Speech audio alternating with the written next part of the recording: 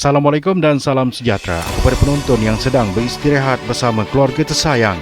Bertemu kembali dalam program Lensa Global yang akan membawakan anda perkembangan semasa dan terkini yang berlaku di seluruh pelosok dunia.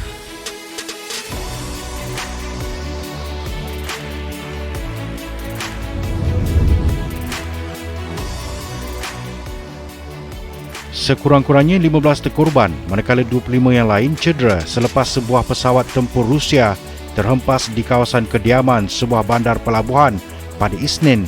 Dilaporkan pesawat pejuang Su-34 itu terhempas ketika sedang menjalani sesi latihan setelah mengalami kerosakan enjin. Kedua-dua juruterbang bagaimanapun berjaya menyelamatkan diri, namun pesawat terhempas ke kawasan perumahan. Kejadian menyebabkan kebakaran besar di beberapa tingkat bangunan pangsapuri, 9 tingkat di situ. Sekurang-kurangnya 17 pangsapuri terjejas dan kira-kira 100 penduduk dipindahkan ke tempat tinggal sementara. Pihak berkuasa masih mengenal pasti punca sebenar kejadian, namun jurucakap jawatan kuasa penyiasatan Rusia dalam pada itu mengesahkannya sebagai kes jenayah. Yikes ialah sebuah bandar menempatkan pengkalan udara Rusia dengan populasi 90,000 penduduk.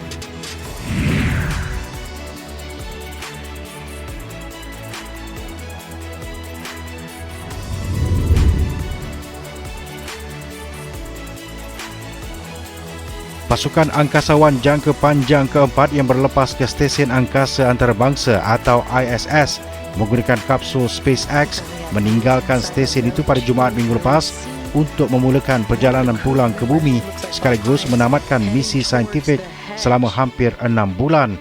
Kapsul Crew Dragon SpaceX yang membawa 3 angkasawan agensi aeronautik dan angkasa lepas Amerika Syarikat atau NASA dan seorang kru Itali daripada agensi angkasa Eropah berlepas dari ISS sekitar pukul 12.05 tengah hari waktu tempatan Jumaat lepas, memulakan perjalanan yang dijangka mengambil masa 5 jam. Siaran langsung menunjukkan kapsul itu bergerak meninggalkan ISS dengan 4 angkasawan yang memakai topi keledar dan sut angkasa berwarna hitam dan putih dilihat berada di kabin kru sebelum kapal angkasa berkenaan berpisah dari ISS yang mengorbit sekitar 400 km di atas bumi. Beberapa jam selepas itu, kru Dragon yang turut dikenali sebagai Freedom selamat mendarat di laut berhampiran pesisir Atlantik di Florida pada pukul 4.55 petang waktu tempatan. Kru Freedom iaitu warga Amerika Syarikat Yael Lindgren 49, Jessica Watkins 34 dan Bob Hines 47 serta warga Itali Samantha Cristoforetti 45 tiba di ISS pada 27 April lalu susulan pelancaran SpaceX. Watkins menjadi wanita Afrika Amerika pertama berkhidmat dalam misi jangka panjang di ISS. Kru berkenaan dikenali sebagai Crew 4, kumpulan angkasawan keempat untuk misi jangka panjang yang dilancarkan oleh SpaceX ke ISS sejak syarikat roket swasta diasaskan. Ketua Pegawai Eksekutif Tesla Incorporated Elon Musk menerbangkan kaki tangan NASA pada Mei 2020. Kepulangan kumpulan itu dilaksanakan seminggu selepas pengganti mereka Crew 5 tiba di ISS yang merangkumi seorang angkasawan Rusia, seorang angkasawan Jepun dan 2 kru NASA termasuk wanita orang asli Amerika Syarikat pertama yang dihantar ke orbit. ISS yang bersaiz sebuah padang bola dihuni secara berterusan sejak tahun 2000 dan dikendalikan menerusi satu kerjasama yang diketuai Amerika Syarikat dan Rusia secara bersama dan merangkumi beberapa negara termasuk Kanada, Jepun dan 11 negara Eropah.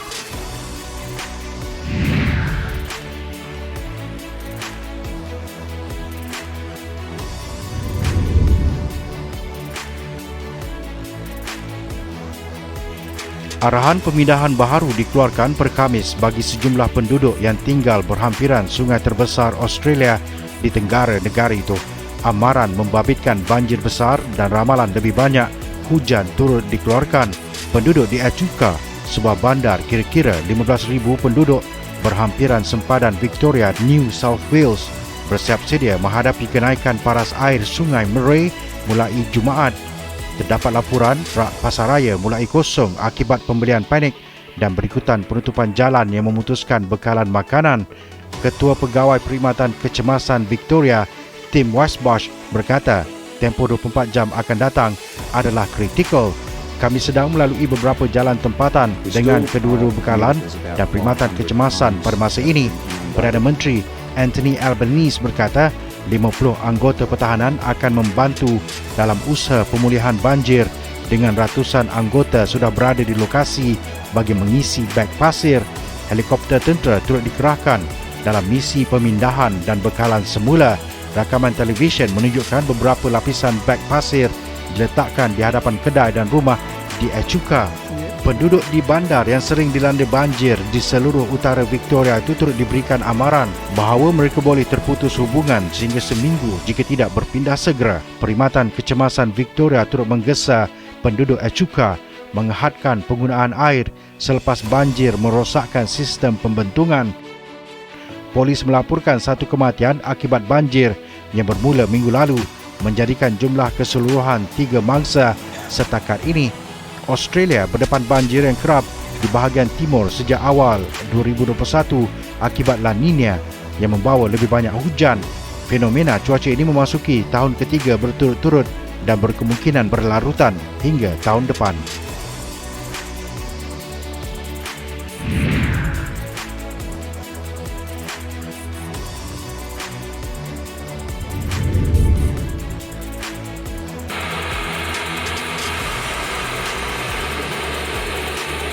Buat pertama kalinya, latihan paramedik untuk menerbangkan suit jet gaya Iron Man untuk menyelamatkan mangsa di gunung dengan lebih pantas telah terbang dalam angin kencang dan hujan mencabar di Langdale, United Kingdom.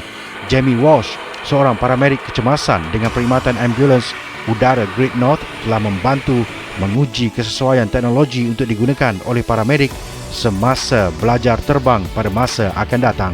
For about a year or so now, it's been going really well. We've had probably about 8-9 days worth of training to get to a point now where we're in a position to actually reach a casualty on a mountainside in Cumbria is really exciting, and it's a really key day-to-day to be able to do that in the difficult rain, wind conditions, because obviously in Cumbria it rains and it's windy a lot, so yeah, it went really, really well.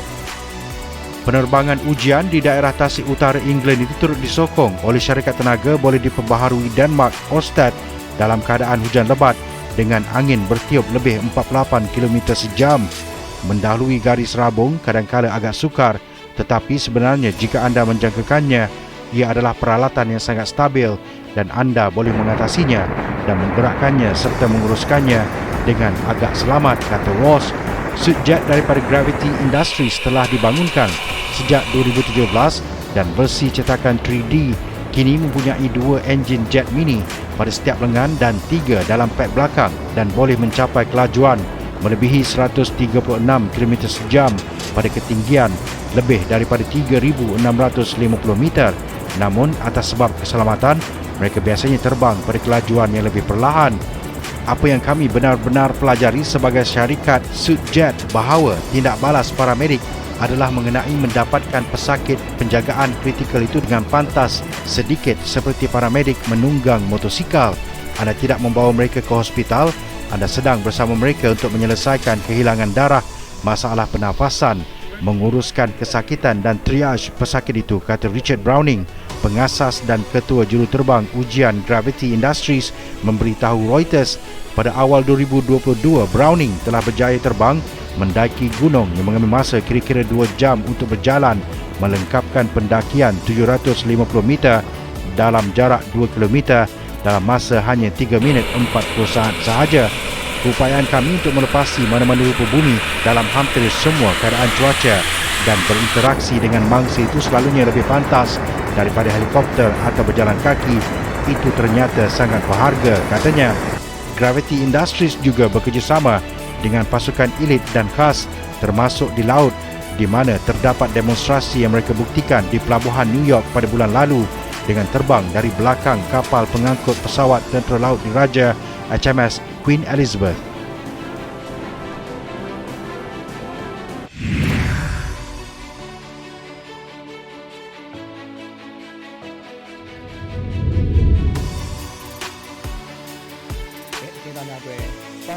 Sekurang-kurangnya 8 orang terbunuh manakala 13 yang lain cedera akibat letupan di penjara terbesar Myanmar, lapor media tempatan pada Rabu. Menurut portal berita bebas Myanmar Now, 3 pegawai dan 5 pelawat maut di penjara Insin di Yangon selepas 2 letupan berlaku pada jam 9.40 pagi waktu tempatan berhampiran kaunter bungkusan. Bagaimanapun perincian mengenai punca letupan berkenaan masih belum didedahkan. Media turut melaporkan polis berada di tempat kejadian dan memeriksa lokasi letupan sebaik insiden berlaku. Menurut BBC Myanmar, kaki tangan penjara dan kurier yang cedera parah telah dipindahkan dari penjara manakala mereka yang cedera ringan dirawat di kedai berhampiran. Laporan media turut memaklumkan beberapa kes yang dijadual dibicarakan di mahkamah bersebelahan dibatalkan susulan insiden letupan berkenaan. Jurucakap kerajaan pimpinan Junta bagaimanapun tidak menjawab panggilan bagi mendapatkan maklumat lanjut berkaitan kes itu.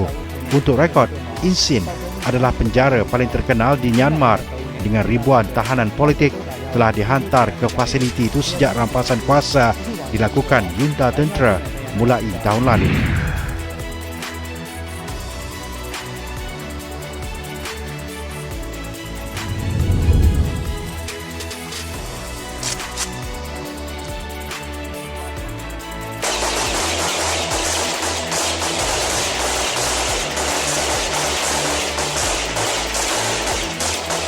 Gelombang baharu serangan drone dan peluru berpandu Rusia terkena bangunan kediaman dan fasiliti kuasa di Kiev sekaligus menyebabkan kerosakan di bandar-bandar lain di Ukraine pada Isnin. Serangan itu menyebabkan orang ramai berpusu-pusu mencari tempat pelindungan ketika waktu puncak di awal pagi.